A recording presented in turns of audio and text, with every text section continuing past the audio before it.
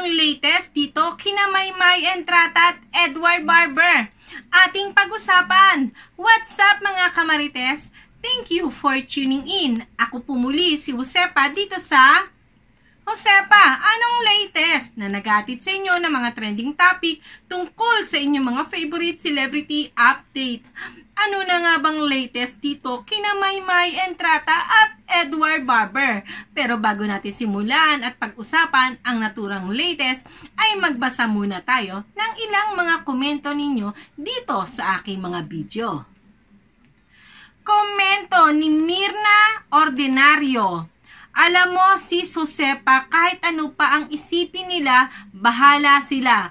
Alam naman ng Diyos na may mga isip naman sila. Alam naman nila ni Lord ang totoo. Alam mo ang mga nagsasalita ng di maganda sa kanila ay mga kontra sa Mayward. Basta tayo alam natin na mahal natin ang Mayward. O diba? Salamat sa napakaganda mong komento, Mirna Ordinario.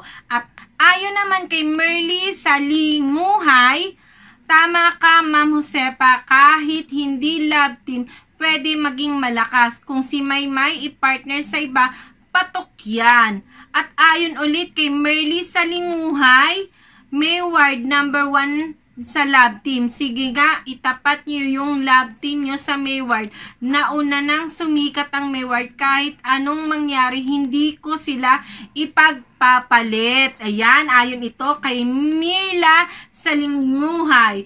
O, diba? Mayward supporter siya, pero open naman siya na maipartner itong si Maymay Entrata o si Edward Barber sa iba. Oo, dapat talaga yan. Dapat talaga tama. Sang-ayon ako dyan sa'yo, Mirla Salinguhay. Kasi syempre, ang trabaho nila is nasa showbiz sila. Dapat ready tayo, kahit tayo Mayward supporter, dapat ready pa rin tayo na mai-team up o maitambal itong si Maymay Entrata at Edward Barber sa iba. Kasi job nila yan, di ba? Trabaho nila yan. Walang masama doon kung ang ibang celebrity nga like Vilma Santos, Nora Honor, Sharon Cuneta na itatambal kung kani-kanino, di ba? Ganun talaga, trabaho nila yan. Kailangan maging professional sila. Kung sino man ang maitambal sa kanila, dapat maging professional. Syempre, nandito pa rin tayo to support Mayward o kung meron mga solong ganap itong si Maymay Entrata at Edward Barber, kailangang suportahan pa rin natin, diba? Huwag nating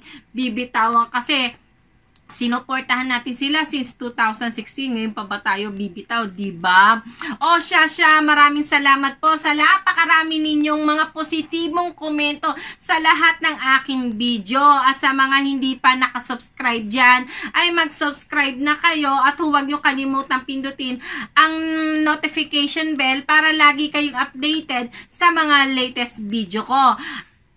At huwag din ninyong kalimutang magkomento at aking itatry na basahin ang inyong komento ng ating pag-usapan sa aking mga susunod na video. O eto, balik na nga tayo sa latest update o latest ganap dito kina Maymay Entrata at Edward Barber. Eto nga, sa latest ng Instagram story ni Sir Nick ay nadaanan sa kanilang office. O, wala na sa hallway ha. Nasa loob ng office na ng Star Magic. Pero alam ko iba yung nandun sa office. Iba rin yung picture na nandun sa hallway nila. Kasi nakita ko na rito dati noong 2019. Iba yung picture nila doon sa hallway. Iba rin yung picture nila sa loob ng office ng Star Magic. Ng ABS-CBN na ngayon ay Star Magic na nilang tawagin. Diba? Yan, kitang-kita, nadaanan sa Instagram story ni Sir Nick ang picture na nasa loob ng office pa rin ang Mayward pa rin ang picture nila. Magkasama pa rin sila sa isang frame, diba? Ibig sabihin, until now ay kinikilala pa rin ng management ang tambalang Mayward, diba? Siguro binibigyan muna sila ng mga solo na ganap o solo project para mas lalong ma-enhance ang mga talento ni Maymay Entrata at Edward Barber. Si si Maymay as a performer at si Edward naman as a host, di ba? At dito rin sa latest din na Instagram story ni Sir Muebo ay kitang-kita rin ang picture. Ayan ang picture ng Mayward na magkasama pa rin sa iisang frame. Di ba? Talagang until now, yung akala nating hindi na, wala nang Mayward sa management. Until now naman pala, ay kinikilala pa rin ng management ang Mayward. Siguro meron lang silang ibang love team na mas priority ngayon para mas makilala ng iba. Ito nga, ang Don Bell at ang, ano bang tawag dito? Yung isa pang love team, galing sa PBB rin. Alexa Ilacad at saka KD Estrada. Yon, KD Lex. Ayan. Yung isang love team din, KD Lex at Don Bell. Yan, sila ngayon ang pina-priority o mas pinapasikat ng ABS-CBN na Star Magic na ngayon, di ba? Hindi na ABS-CBN ata ngayon, parang Star Magic na kasi parang yun ang kanilang mas inaano na ngayon, Star Magic. Eto, balik na tayo sa latest ganap nga ni Maymay Entrata at Edward Barber. Eto nga, yung kay Maymay Entrata sa darating na September 28, ayan, Wednesday yon, 4 p.m. Ayan, yung kanyang Slay magazine cover. Ayan, meron silang pa-meet and greet, diba? Siyempre, kapag merong meet and greet, tandaan nyo, kailangan ng host dyan, diba? Cross finger tayo, mga ka-Mayward. Malay nyo, si Edward Barber ang maging host, diba? Ng meet and greet ni Tony Maymay Entrata na Slay Magazine, diba? Diba, malay nyo, masurprise tayo na si Edward Barber pala ang mag-host ng meet and greet ni Tony Maymay Entrata. Kaya yung mga wala pang ticket dyan, ayan, bili na kayo ng SBIP sa halagang 799 na merong pa Zoom meet and greet itong si Maymay Entrata. At syempre, kung merong ganap itong si Maymay Entrata sa September 28, papahuli ba naman itong si Edward Barber? Eto nga sa latest IG story ni Edward Barber, ayan, meron siyang ganap sa Mix at isa rin siya sa mag-host ng Awit Award. Ayan nga, eto, sa post nga ng Mix.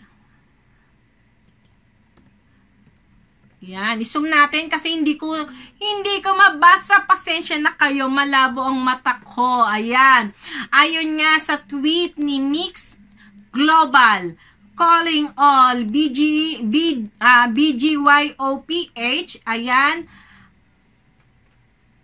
hindi ko na mabasa, basta catch your favorite artist and more at present Awit Award 2022 nominee Fest by Mix happening September 23, 5 p.m. Philippines time at Benes Plaza at the Benes Grand Canal Mall. At ang mag-host lang naman ng Awit Award, diba, 2022 ay ang ating nag-iisang Edward Barber. Diba, kung si Maymay Entrata ay may paslay sa September 28, eto naman si Edward Barber ay mag-host ng Awit Award 2022 sa September 23 naman. At syempre, bago mag-September 23 at September 28, ay abangan naman natin itong si Maymay Entrata sa ASAP natin to. Ayan, Girl Power Domination with Andrea Brillantes at Bel Mariano. Ayan, tumitigas ang dila ng lola ninyo. Sa ASAP natin to. At kung si Maymay Entrata ay nasa ASAP natin to, papahuli ba naman itong si Edward Barber? Ayan, abangan din natin si Edward Barber sa asap natin to at ganun din si Maymay Entrata. At kung nasa asap natin to ang Mayward, pakaabangan din natin bukas kung nasa I Want asap din sila. O diba mga kamarites, talaga namang hindi man pa rin itong si Maymay Entrata at Edward Barber na mas kilala natin sa tambalang Mayward.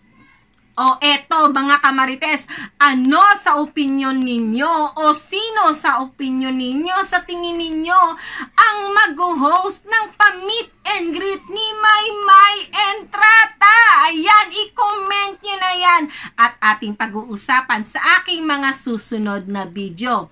O sa mga hindi pa nakasubscribe dyan at nagustuhan ang aking mga video, ay huwag nyong kalimutan mag-subscribe, i-click ang bell button para lagi kayong updated sa mga latest video ko. O paano mga kamarites, hanggang sa susunod na update dito kina Maymay Entrata at Edward Barber. Ako po muli si Josepa, hanggang sa muli. Paalam!